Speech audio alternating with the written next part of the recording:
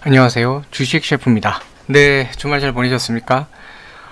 네. 제가 얼마 전에도 말씀드렸지만 9월 그 추석 전까지 마무리되는 그 프로젝트가 좀 있어요. 큰 건이 좀 있어갖고 그거 하느라고 좀 요즘 정신이 없습니다. 근데 제가 본래 이제 투자 쪽 일을 하기 때문에 뭐 레포트 분석이나 숙제해야죠. 저도 고객들한테 숙제 보고서 만들고 해야 되니까 평가 보고서 이런 것도 그렇고 그러다 보니까 너무 정신이 없어요. 하루에도 그렇고 주말도 그렇고 문서 작업이 너무 많아갖고 그래서 이렇게 이제 조금 네, 약간 좀 영상이 좀 소홀해진다고 느끼실 수 있는데 조금만 네, 양해 부탁드리겠습니다. 네, 죄송합니다. 어제도 너무 정신없어서 월요일인 것도 모르고 그냥 정신없이 일했어요. 그래서 주말인 줄 알고 일을 했는데 네, 월요일이고 오늘 화요일이더라고요. 네, 하루를 까먹었네요. 솔직히 말씀드려서 어저께는 아예 그 장을 못 봤어요. 네, 바빠갖고 못 봤고, 그래서 어제 것까지 같이 좀 보려고 하는데요. 자, 코스피, 보면은, 아무래도 단기적으로는 조금 상단에 좀 부딪혀 있는 모습이 좀 보여요. 네, 단기적으로 그렇게 보이는데, 뭐 이번 주 3140포인트 갔다가 한번 도전이 한 번 더 나올 것 같아요. 근데 긍정적인 포인트는 3135가 의미 있는 포인트. 네, 의미 있는 지점인데, 여기에서 어쨌든 지금 지지라인을 약간 형성하는 듯한 모습이 계속 나오고 있죠. 이런 건 상당히 좋은 모습으로 보입니다. 그래서 이 지지라인이 형성하는 듯한 모습으로 이렇게 있는데 3135만 계속 지켜줘도 뭐 나쁘지 않은 것 같아요. 지금 코스피 자체가 거래량이 줄어든 상태거든요. 그런 상태이기 때문에 뭐 이 선에서 조금만 있어줘도 괜찮습니다. 그래서 어제 오늘 보시면 계속 3135 이 위에서 지금 머물고 있는 모습이 좀 나오고 있죠. 자, 오늘 뭐 모양새도 뭐 나쁘지 않아요. 장 초반에 조금 이렇게 올라가다가 미끄러졌는데 다시 한번 반등하는 그런 모습을 좀 보이고 있고, 지금은 뭐 안정적으로 올라갔다 밀렸지만 3150 하단까지 밀었죠. 보시면은 고가가 3150까지, 네, 3150을 한번 터칭을 했죠. 올라갔다가 내려왔는데 저가를 보시면 3130은 어쨌든 지지 기반으로 잡고 다시 한번 올라와서 3135 위로 가고 있어요. 그래서 3135만 지켜낸다면 뭐 상당히 좋고, 네, 그러면서 이번 주에 한번 3140을 한번 공략을 하는 게 나오지 않을까 싶어요. 오늘 화요일이니까 이번 주 뭐 그 불안 심리는 지금 해소가 됐잖아요. 가장 컸던 게 그 잭슨홀 미팅에서 파월 의장이 어떤 말을 하느냐, 이게 제일 중요했는데 그게 어느 정도 해소가 됐어요. 그런 상태고, 다만 이번 달, 그러니까 정확하게는 그 다음 주에요. 다음 주 목요일 날 9월 9일입니다. 구땡. 죄송합니다. 이런 표현을 쓰면 안 되나? 네, 9월 9일 날 트리플 위칭 데이에요. 옵션 선물 만기가 다가옵니다. 그래서 유동성이 아무래도 변동성이 크겠죠. 그런 부분만 조금 이렇게 고민을 해보시면 좋을 것 같아요. 네, 그걸 고려해서 해주시면 좋고, 전에도 설명드렸지만 유동성이 크다, 변동성이 크다, 유동성이 아니라 변동성이 크다. 이 변동성이 크다라는 게 있고, 그래서 뭐야, 매도가 나와서 나빠, 이게 아니에요. 섹터별, 종류별로, 종목별로 좀 다를 수 있고요.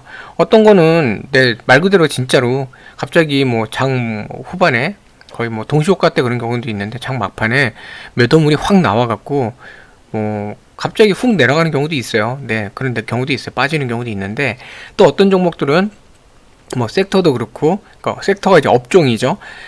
갑자기 장 후반에 거의 장 막판에 매수세가 쑥 들어와갖고 올라가는 경우도 있어요. 그러니까 꼭 좋고 나쁘다가 아니라 이럴 때일수록 레포트들이 어떻게 나오는지, 방향성을 어떻게 보는지, 지금 그 전체 시장 분위기가 어느 업종이 또 주목을 받는지를 분석하시는 게 되게 중요한 시기입니다.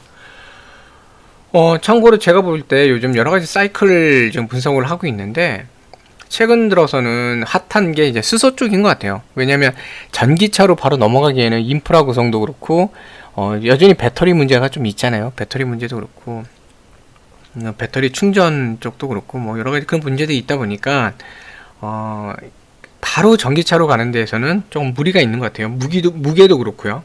경량화 문제도 그렇고, 그래서 이제 중간 과정으로 수소 전기차가 먼저 이제 가지 않을까 생각이 듭니다. 전기차로 가더라도 뭐 트럭이나 이렇게 대형 그런 힘이 필요하고 큰 차들, 여기는 수소 전기차로 갈 확률이 높거든요. 계속 유지될 확률도 높고, 그러니까 뭐 반짝 이것도 아니고 나중에 전기차하고 수소 전기차가 이제 어떤 그 목적성에 따라서 서로 양분해서 갈 것 같아요. 네. 그리고 이제 정부에서도 이제 수소 인프라 하겠다 그러고 수소 충전소부터 해서 수소 수송부터 뭐 여러 가지 다양한 거, 수소 뭐 포집부터 여러 가지 다양한 거 하여튼간 다양한 것들이요. 수소 전기차를 위해 다양한 것들을 미리 지금 선추진하려고 그러고 기업들도 보면은 수소 전기차를 위해서 여러 가지 연합을 하잖아요. 수소 경제 하겠다. 그래서 지금 키워드는 수소인 것 같아요.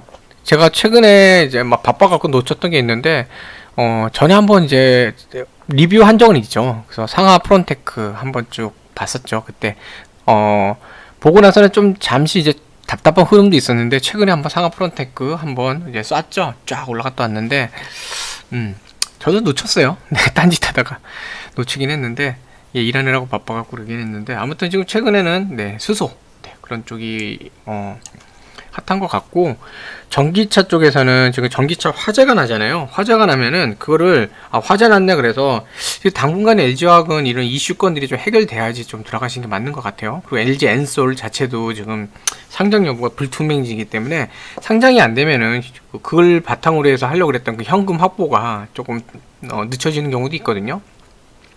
LG 에너지 솔루션을 상장하면 LG 화학 입장에서도 지분 뭐 일부 이렇게 현금화하고 하면은 현금이 생기잖아요.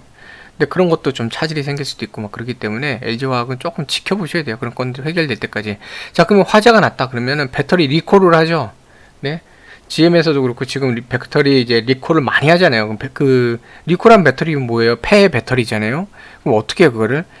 뭐 배터리가 안전하다 그러면은 ESS 그 전기 저장 장치죠. 거기로 가져가면 되는데 지금은 그게 아니란 말이에요. 그러면 뭐죠? 배터리를 분해해서 거기서 니켈, 뭐 망간 이런 거 뽑아내는 그런 쪽이 또 핫할 것 같아요. 한동안이요. 네. 그래서 그런 거 뭐 참고 삼아 네, 말씀드렸고 일단 지금 전체적인 상황을 보면은 코스피 지금 또 올라갔죠. 네, 3135 지지라인 삼는 거 되게 좋은 것 같고 이번 주에 3140 한번 공략을 할 것 같아요. 공략할 것 같고요. 그래서 여기는 뭐 이렇게 말씀드리고 지금 뭐 증권사 레포트나 이런 거 보면은 최근에도 그렇고 외인들 지금 계속 매도 중인데 오늘도 순매도죠. 순매도 중인데 개인들 그 일별 매도량을 그러니까 뭐 순매수부터 볼게요. 최근에 보면은 오늘까지 4일 연속으로 어제까지만 해도 3일 동안 계속 그 전에는 뭐 더 많았지만 계속 매도 순매도고 이걸 갖고 이제 기관들이 외인들이 지속 매도하는 이유가 뭐 환율 상승 환율 상승 그 다음에 할 거 없으니까 또 이제 기자들이 쓴 건지 모르겠어요. 근데 뭐 실적 피크아웃 뭐 이런 얘기부터 해갖고 되게 뭐 외국인들이 환율 문제, 실적 피크아웃 문제 이런 것 때문에 매도를 한다 이렇게 좀 보는 시각들이 있더라고요. 근데 최근 들어서는 환율이 약간 주춤했었거든요. 이제 제가 환율 보시면 네이버에서 보는 게 편하긴 해요. 최근 보면 환율 그래도 막 그렇게까지 막 치고 올라간 게 아니라 조금 주춤하긴 했어요. 물론 이때 한번 이렇게 올라가긴 했지만 다시 한번 또 내려오기도 하고 환율이 그 전처럼 계속 치고 올라간다기보다 그래프상으로 봐도 이런 그래프가 아니라 살짝 이렇게 주춤하는 모습 이렇게 또 보이고 있잖아요. 그런데도 환율 문제라고만 얘기를 하고 있죠. 네, 환율이 어느 정도 지금 이렇게 좀 조정이라 그래야 되나 이런 게 보이는데도 불구하고 계속 그런 얘기를 해요. 네, 좀 웃기는 거죠. 네. 아무튼 뭐 그런 얘기하고 피크아웃 얘기하는데 뭐 언제까지 피크아웃 얘기 타령을 할 겁니까?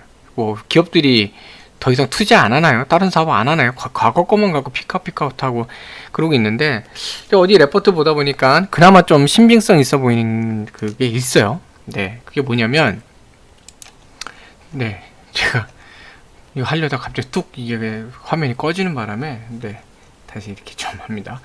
자, 이건데요. 뭐 여러 가지 얘기 있어요. 뭐 이런 데는 뭐 볼 것도 없을 것 같고요. 네, 뭐 이렇게 뭐 이제 또 막 이런 얘기 하는데 이런 거 뭐 보실 필요는 없을 것 같고, 네, 중요한 내용은 이제 이런 것 같아요.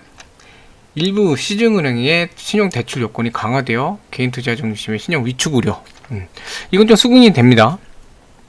그 최근에 제가 이제 그 말씀도 좀 드렸지만 이주열 하는 총재가 되게 타이밍에 맞지 않게 좀 금리 인상 발표를 했잖아요. 잭슨홀 미팅 발표 직전에. 그쵸? 가뜩이나 투심이 거기서 무슨 얘기가 나오느냐, 테이퍼링 얘기도 얘기지만 뭐 금리 인상에 대한 얘기가 나오느냐, 이걸 되게 민감해했는데 그 시점에 다들 민감해하는데 툭 던졌어요.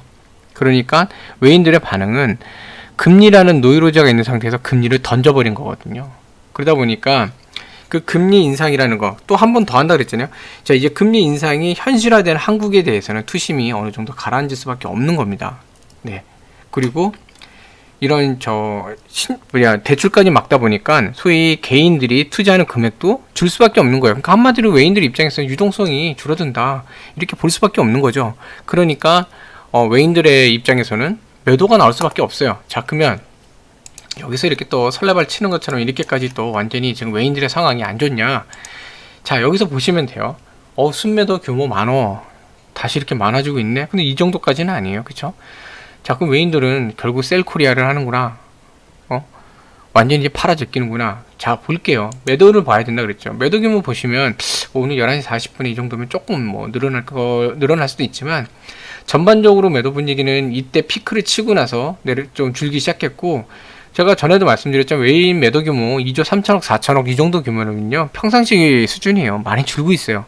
매도가 많이 줄고 있어요. 다만 투심이 가라앉았기 때문에, 투심이라는 건 뭐냐면요, 투심이 막 붐업된다 그러면 너도 나도 막 주식을 사고 막 주식을 막 사는 거예요. 그게 투심이 좋아지는 거고, 투심이 가라앉으면 되게 보수적이고 방어적이 되기 때문에 매수 자체가 줄어드는 겁니다. 그래서 뭐 한국은행 총재라는 사람도 바로 파월 의장의 그 잭슨홀 미팅 발언, 그것 때문에 지금 시장이 불안한데 이때 다 해갖고 불안한 상황에 불을 지폈죠.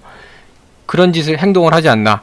근데 이주열 총재가 금리 인상한 거는 발표할 때 딱 그거였어요. 결국 부동산을 잡기 위해서 하는 거다, 뭐 이런 완전 뉘앙스거든요. 부동산 때문에 신용대출이 지금 뭐 위험 수준까지 와 있다, 뭐 이런 얘기를 했죠. 근데 아무튼, 자, 그런 부동산을 잡기 위한 목적으로 이렇게 금리 인상을 단행하는 모습, 그리고 신용대출까지 옥죄는 모습, 그 다음에 최근에 중국이 여러 가지 규제가 많았잖아요. 많고, 그런 것 때문에 신흥국에 대한 약간 부정적인 모습, 자, 이런 것들이 나오다 보니까, 자, 아무래도 외인들 입장에서는 조금 부정적인 그런 관점으로 접근할 수밖에 없던 상황인 것 같아요. 네. 자, 그럼 이게 계속 될 거냐? 이미 뭐 이슈가 터졌으니까 터진 동안에는 한동안 좀 관망을 하겠죠. 관망을 하다가 외인들의 본심은 트리플 위칭 때, 그러니까 다음 주 선물 옵션 만기 때 나오지 않을까. 그때 어느 형태로 리밸런싱이 벌어지는지 그거를 좀 지켜볼 필요가 있을 것 같아요. 네. 그리고 이제 한 가지 팁인데요. 다음 주에 선물 옵션 만기가 이제 동시 만기죠. 네. 딱 만기가 됐을 때, 그때 끝나고 나면 바로 다음 주인가요? 그 추석이요? 그 다음 주인가? 어쨌든 추석이 곧 다가와요. 근데 증시가 전통적으로 추석 직전 한 2, 3일은 좀 약세예요. 왜냐면 특히 개인들 매도가 많아요. 주식 팔아갖고 명절 때 선물도 사야 되고 용돈도 드려야 되고 뭐 어디 쓰기도 하고 그래야 되니까 보통 전통적으로 추석 직전 한 2, 3일이 조금 약세예요. 그리고 나서 추석 끝나고 나서 또 다시 좋아지는 게 있으니까 단기적으로 보시는 분들은 그런 거 참고하시면 좋을 것 같아요. 자, 그래서 지금 외인들, 네, 기관이나 이런 데서 부정적인 레포트 나오고 있긴 하지만, 그렇다고 외인들이 눈에 보이는 순매수만 보실 게 아니라, 그러니까 순매수로 보시는 것처럼 막 그냥 셀코리아만 하는 게 아니라, 한국에서 주식 막 파는 것뿐만이 아니라 그래도 어느 정도는 좀 지켜보고 관망하고 있는 상태다. 그렇게 보셔도 좋지 않을까 하는 생각이 좀 듭니다. 네.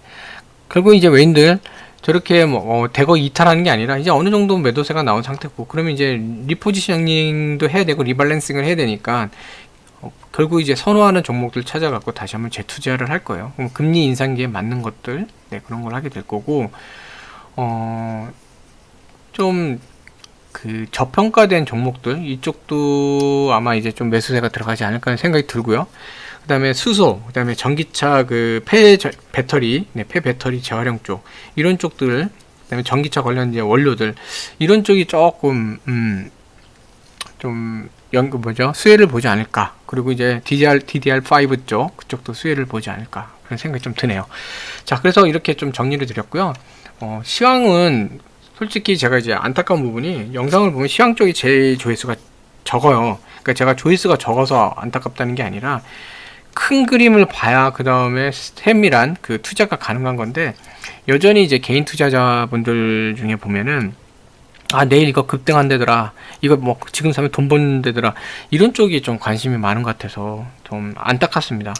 큰 흐름을 자꾸 봐야 언제까지 이거를 남의 말만 믿고 이제 매매를 하나요? 그러니까 뭐 절 포함해서 주식 분석하는 사람 말은 100% 믿으시면 안 돼요. 각자 자기 나름대로 전략과 자기 나름대로 생각으로 분석하는 거기 때문에 그게 100%일 수는 없거든요. 틀리는 경우도 있고. 그러면 본인이 이제 항상 판단하셔갖고 이런 말씀드린 거 참고로 해서 본인의 전략을 세우시고 본인의 투자 종목을 세우시는 게 맞아요. 제가 정말 감사한 게 구독자분들 중에 종종 저한테 이제 개인 메일 보내주시는 분들 계시거든요.